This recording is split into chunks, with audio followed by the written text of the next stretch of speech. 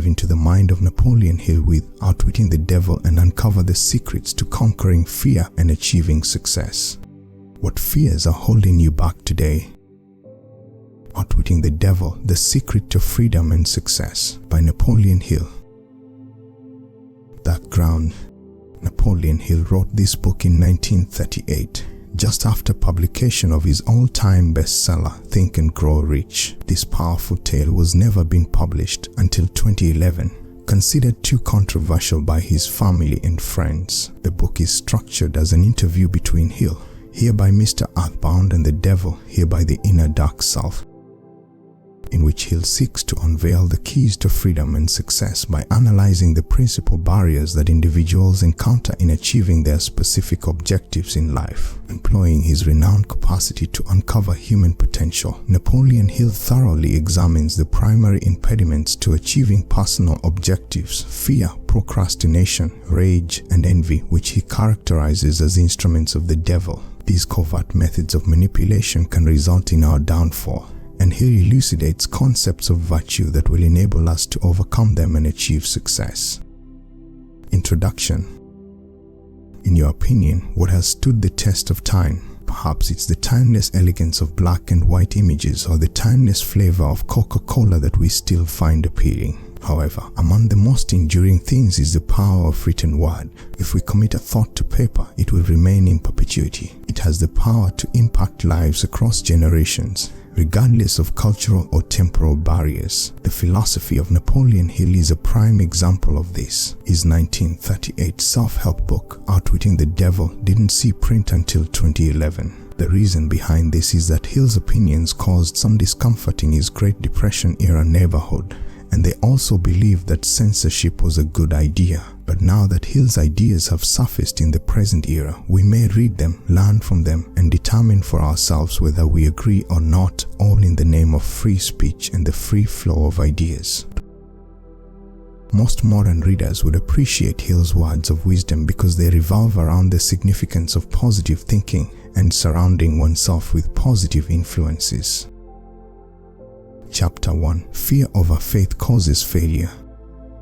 To what do you attribute most of your own drive? Do you feel motivated to test your limits and see what you're capable of? Or do you ever feel paralyzed by fear, too terrified to face the world on your own? If the second option sounds like you, know that you are not alone. According to Hill's theory, nearly everyone gives into fear to some extent. He goes on to say that this is the worst habit anyone can have. Reason being, when we let ourselves be consumed by dread, we end up letting our fears dictate our lives rather than actively shaping them. Because it stifles curiosity and stops us from thinking critically, fear also hinders intellectual development. Additionally, Hill claims that groups we identify as powerful and authoritative institutionalize and inculcate fear in individuals beginning at a young age. For instance, out of concern for God's displeasure, youngsters are taught to dread the devil and lead conservative lives in religious institutions. Schools also contribute to the problem by teaching pupils that memorization of facts and formulas is the best way to gauge their own intelligence and sense of self-worth. Kids develop an irrational dread of making mistakes or being labeled wrong or stupid when they don't know the answer.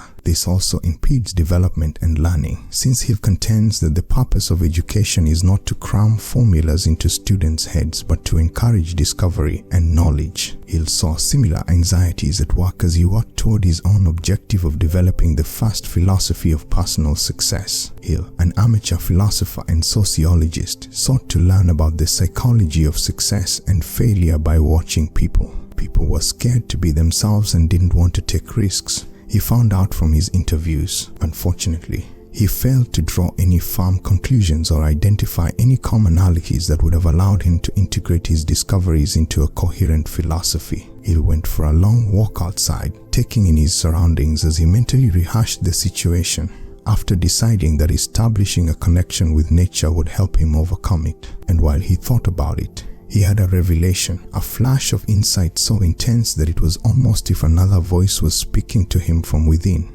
cutting through the confusion and annoyance in his own head. He had been avoiding the obvious solution, but this inner voice had shown him it. In order to develop a philosophy of personal achievement, he needed to overcome his fear. Hill acknowledged the truth of this observation and understood that he was more terrified than he had previously acknowledged, namely that his own insecurity about getting the philosophy correct was preventing him from developing it. As Hill followed the counsel of this inner voice, he realized that we all have a similar voice, or what he terms an inner intelligence. This innate wisdom provides us with an endless supply of optimism and self-confidence that we may tap into at any point in our life. But we can't tap into it because of our fears and uncertainties. So we can discover the strength and motivation to fulfill our goals when we set aside negative self-talk and draw from our inner intelligence well. After having his revelation, Hill did just that, and he went on to become the self-help genre's progenitor.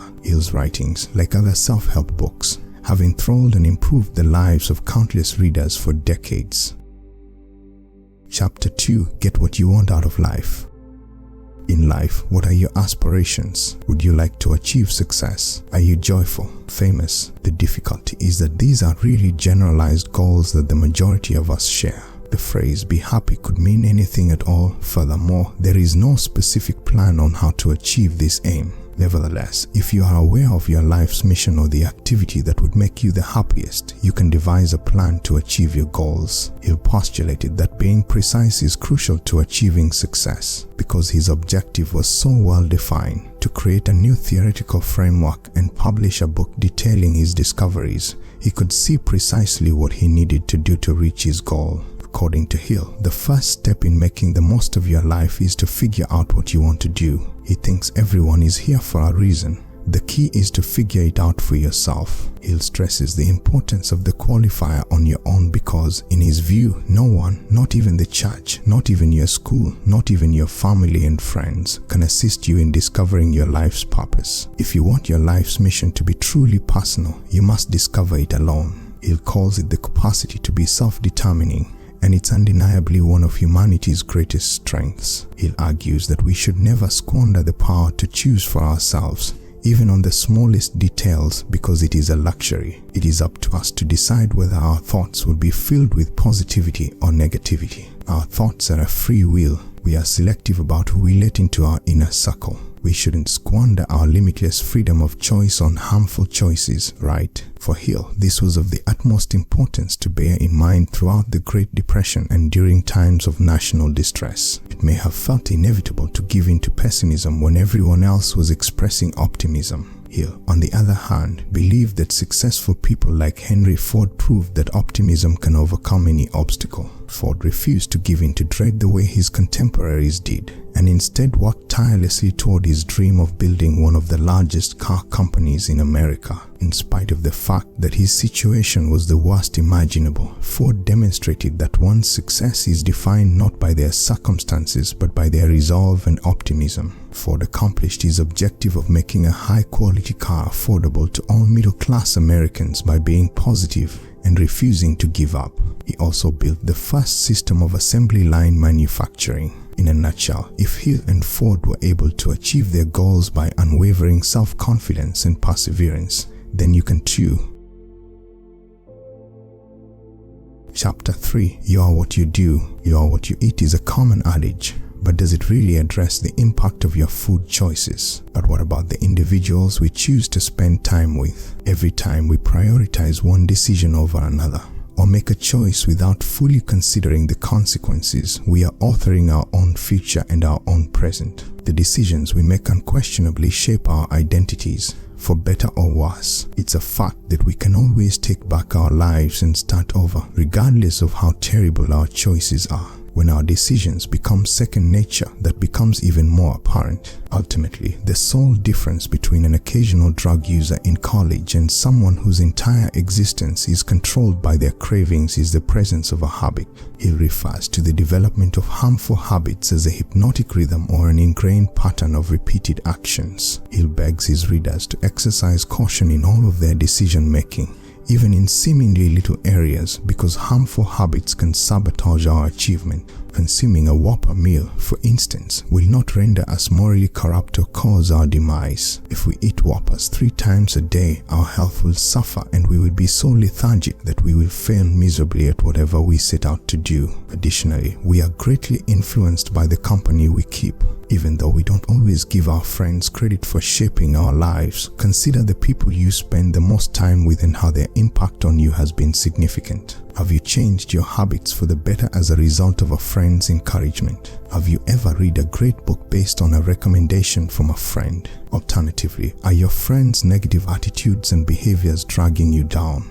Might be time to reassess your friend circle if you're feeling heavy because your best friend complains about you all the time without ever asking how you are doing, if your friends forced you to drink all night, or if you neglect healthy habits because of the pressure from your friends. Chapter 4. Successful people learn from failure. We would likely choose to win every time if we went with our gut, wouldn't we? Nobody would ever say no to us when we asked our crush out on a date, let alone reject us when we ran for a race or passed on that amazing promotion. The reason behind this is that nobody ever exclaims, "Oh, I'd rather lose," because failing is never enjoyable. On the other hand, we wouldn't progress or learn much if we always got our way. We need failure, even when it's unpleasant. The lessons it imparts are essential. It posits that those who recognize this are the ones who achieve the greatest level of accomplishment. Embracing the chance to learn from our mistakes and become our best selves is possible when we are willing to fail and have strong rejection tolerance. Remember that Thomas Edison accomplished just that. Despite his legendary status as the genius behind numerous groundbreaking technological innovations, including the light bulb, the phonograph, and many more, Thomas Edison suffered through a litany of setbacks before he finally came up with a workable prototype for any of his ideas. Why do we still believe he's brilliant after all these times he bombed? Hill implies that he persisted in pursuing his brilliant concept, which is the reason. Perhaps there was a more intelligent innovator somewhere who could have accomplished the same thing, but they gave up. But everyone admires Edison because he kept going even when he had countless failures. Hill argues that this is also possible for every one of us individually. While writing Think and Grow Rich, which came out in 1937, he had first-hand knowledge of this. By painting a picture of a better world after the Great Depression, Hill urged his readers to believe in themselves, set ambitious goals, and work hard to achieve them. In the same way that the facts presented in Outwitting the Devil are relevant even now, so too is the guidance offered in this book. Among the most influential self-help books of all time, Think and Grow Rich is still highly regarded today. In light of Hill's achievements, it's worth thinking about what you may do if you turned your setbacks into springboards for further success. Hill adds that you should always keep in mind that your failures could be the catalyst for your future successes. While it may feel like a tragedy right now, you never know what great things could come out of that setback.